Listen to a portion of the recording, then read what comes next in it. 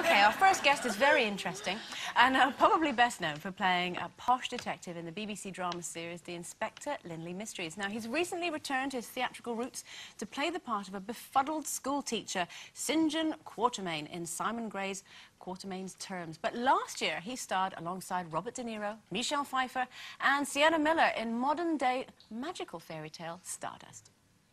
Father, I lost my job, I'm sorry. Father. You lost your job? Yes, so I heard. Father, I'm sorry. Maybe Mr. Monday was right. Maybe I am deluding myself. I'm not good enough for Victoria. You said that? That's poppycock. You really want to know how it went last night? Yeah. Not good. Come on, I'm wasting my time. I'm not like Humphrey. Tristan, I can tell you that every man I ever envied when I was a boy has led an unremarkable life. So you don't fit with the popular crowd. Now, I take that as a very good omen. Please welcome Nathaniel Parker.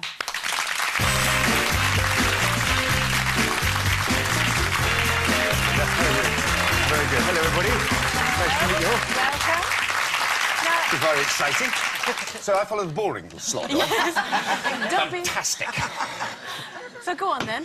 Yes. Are you boring, would you say? I have actually fallen asleep on stage. Have you? In my time, yes. We were doing a very boring production of Midsummer Night's Dream. And all the lovers, at one point, Midsummer Night's Dream, they fall asleep. And they get woken by the Duke and the hounds and the baying. And I fell asleep every single night.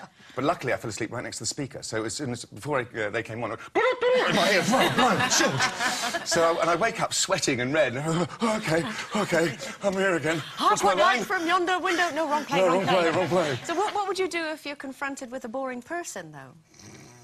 Stop it! No, I'm sorry. I'm sorry. What was that? They were boring.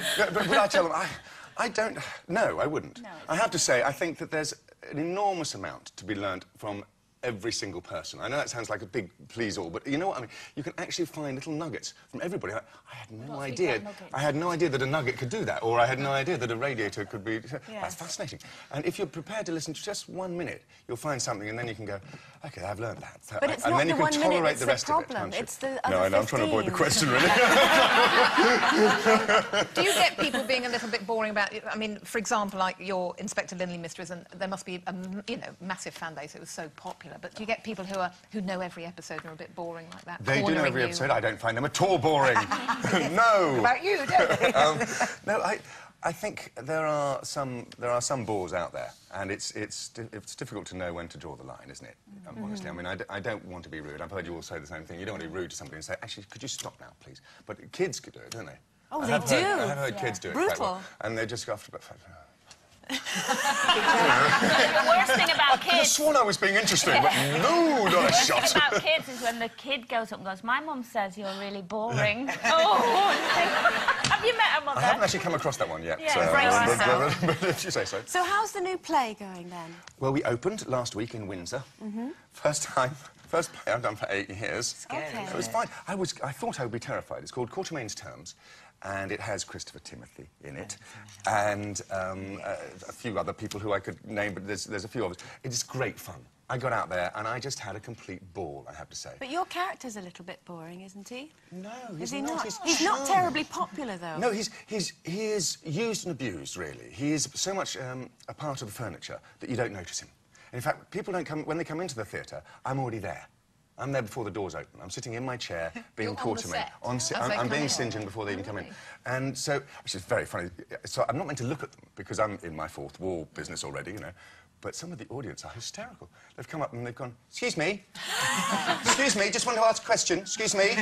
He's not answering. He's not answering. Excuse me. And this... the first ones I had the other night as well was someone came and said, gosh, isn't that lifelike? So I stayed there for another 5 seconds and I went, oh, he moved!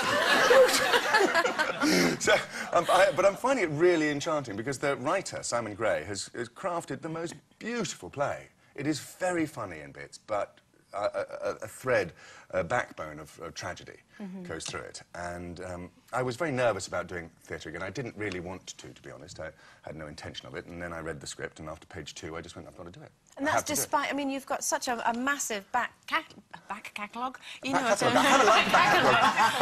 of such strong theatre performances. Well, to start with, I did lots of theatre in my early career, and I did Merchant of Venice with Dustin Hoffman, which took me over to Broadway. But then on Broadway, I got terrible stage fright, and I was crap, basically. I mean, for the last 3 weeks, I was really difficult to work with, I should think, because I'd get up there and Geraldine James would be with me. I'd look at her and go, you go, you say it, you say whatever it is. You know, 1,700 people out there, and I would freeze. And so I wasn't keen to come back. I've done 2 plays in the last 16 years, and both of those were short runs, and I wasn't very... But this time round, I don't even feel nervous. And how different... I'm just enjoying it. I mean, obviously, it's an instant kind of rapport that you get with the audience compared to working in films. But would you say that you've become more used to sort of working with camera rather than audience? So much so. So much so. But what's nice about comedy is that you get an instant response. You know, I think comedy is... comedy is, on telly, it's down to an editor, really. A lot of it. You know, sort of timing. so you've really got to rely on the editor for that. But for serious drama stuff, telly's so useful because you just have to think it. And tell us about films. I like to live vicariously. Tell us about Michelle Pfeiffer and movies. I didn't meet Michelle Pfeiffer on that film. I didn't even meet Robert De Niro on that film. Actually, I've met him before, but he speaks very well of you, though. He's fantastic. No, I mean, on that film, it was such a big, diverse thing, and there was, I think, 7 units being done at one point. Right. So you were lucky if you saw anybody else at all. I worked with Charlie Cox a lot, and I thought he was fantastic. Yeah, it's a lovely film. Yes, it is a good film, isn't it? It is a good film. But there's some of the similarities or differences are taken by surprise going back on stage, because I'm used to people looking after me. You know, everybody comes up with makeup, hair, costume. I went on the second half of the play on Friday night with exactly the same costume I had on the first half, which is completely wrong. Oh, and nobody noticed? Completely wrong, and nobody noticed, because I'm used to someone doing everything. And so I went on about 5 lines into it, and went, oh, so quickly, I had a quick change in between the 2 scenes, and I put on this other pair of trousers. OK, I'll just change my trousers this time. I'll change my trousers. Well, no, my flies were wide open for the whole... Do you know, it's always good to give a little bit extra with your performances. It's Nathaniel Parker, everyone. Thank you.